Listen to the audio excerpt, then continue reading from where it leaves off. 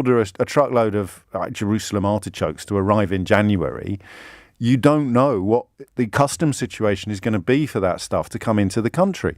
If you need car parts to come in for your huge state-of-the-art electric vehicle construction plant in the northeast, then as of now, I don't think, and I could be wrong, and if you work in any of these fields, this is your hour. This is your moment, as the great Martine McCutcheon almost said. You don't know. That's incredible, isn't it? And even as I say those words to you, this is my personal psychodrama, because even as I say those words to you, there's this weird tension. Let me tell you something about being a prominent Remoaner, okay? We really, really want this to go well. There will be no Schadenfreude, satisfaction or happiness in seeing our country and our children's futures compromised even more than they already have been. I mean, there will be some people who disagree. There'll be people who see it as the equivalent to rubbing an incontinent dog's face in its own excrement to teach it not to poo on the carpet again. I get that. But it's your own face as well. That's the bit I don't understand. So we are all literally in this together. So, you know, if Nissan stays open in Sunderland, that is just good news.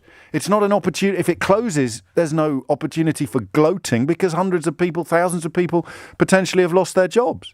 If it stays open, there's no opportunity for gloating because Brexit has already done untold damage to our economy and our world standing. So, you know, celebrating hanging on to things. So they were trying to celebrate the retention. A year-long transition where we stay on the same trading terms with Canada was being presented to us as a win by Liz Truss at the end of last week. What do we want? Things hopefully to stay exactly as they were before. When do we want it? Now, you see what I mean? It's going to be nuts the next few months, possibly years. And I'm so conscious of relitigating the referendum, but nobody wants to, except, well, who wants to?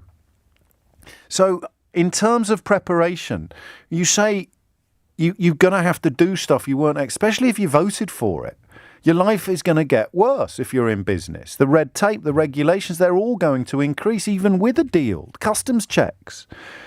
And that, to me, is almost impossible to navigate because there's so much of those 4 words I can never say when we're discussing the B word on the programme, but they're always there in the background and it's so unhelpful.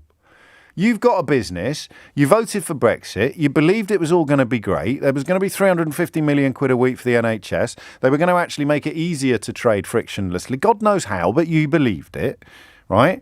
Now reality is biting. You realise it's the polar opposite of what you were promised. What possible good is there in me sitting here and laughing at you or mocking you or criticising you? What possible good does that do? Answer, none. Would it even make me feel better? I don't think it would. I might try it for 10 minutes just to see, but I don't think it would. The people that I'm cross with are the people that sold you lies. I am not cross with the people who believed it. There is no point. And again, I know some people disagree with this.